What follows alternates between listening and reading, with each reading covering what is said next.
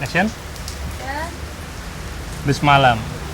Cerita Bus Malam ini berawal dari cerita pendek berjudul Selamat, karya teman gue sendiri, Rifnu Wikana.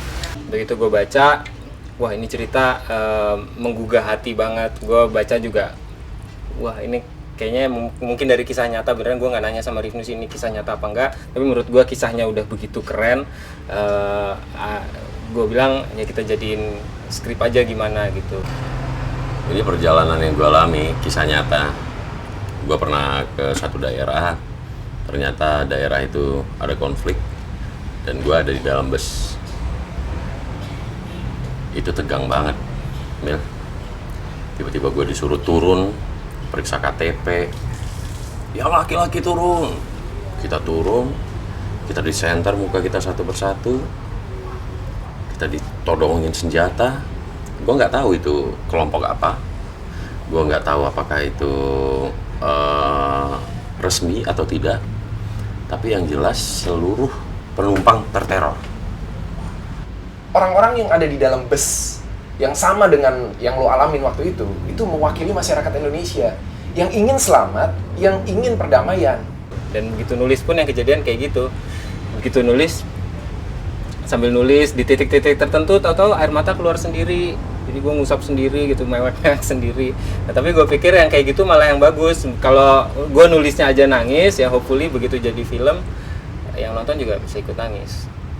Gue rasa, Mil, penonton pasti merasa terteror dan merasa ketegangan yang luar biasa karena skenario yang ditulis Abi ini keren banget. Ini berbeda dari cerpen.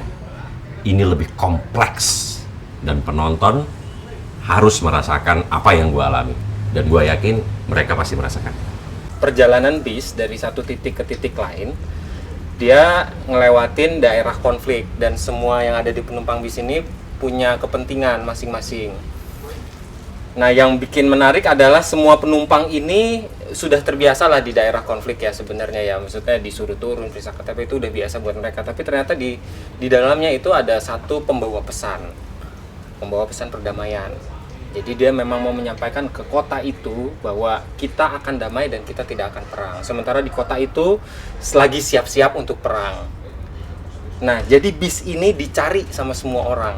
Dicari sama pihak aparat, dicari sama pihak separatis. Karena masing-masing punya kepentingan. Jadi ibaratnya orang ini membahayakan semua penumpang bis. Kita lebih dari 10 tahun yang lalu, gue pernah merasakan gimana rasanya di tengah-tengah konflik. Gue merasakan apa itu 98. Setelah itu gue juga merasakan titik di mana gue di tengah-tengah, bisa dibilang ya peperangan lah ya.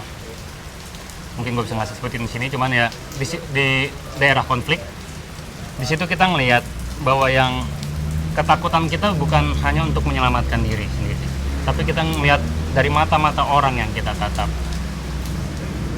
Orang-orang itu kayak bicara, kita harus selamat, how to survive. Jadi saat kita di titik konflik itu, bukan lagi diri kita yang penting, tapi orang di samping kita, orang di depan kita, orang di belakang kita. Dan gue coba masukin perasaan itu dalam cerita Bis Malam itu. Karena gue ingat betul ekspresi-ekspresi orang-orang di dalam bus itu, bagaimana supirnya, bagaimana kelompok-kelompok itu. Dan gue yakin ini bukan cuma di tempat itu doang.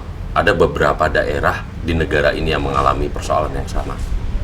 Itu kenapa gue pengen banget untuk terlibat di film ini sebagai produser. Karena ada pesan yang sangat penting, pesan perdamaian dari cerita itu yang harus disampaikan ke seluruh masyarakat Indonesia. Dan seluruh masyarakat Indonesia harus terlibat dalam film ini. Yang ngebedain, ini sebenarnya tulisan-tulisan sebelumnya boleh dibilang itu orderan. Sementara yang ini kayaknya ngorder hati. Jadi jauh lebih serius, bikinnya aja bertahun-tahun, 2 tahun lebih buat nulisnya ya, ubah sana ubah sini. Ini fresh. Di dunia ini mungkin hanya beberapa orang yang menceritakan tentang perjalanan bus seperti ini. Dan belum ada di manapun. Dan gue yakin di Indonesia ketika film ini muncul, penonton pasti ramai.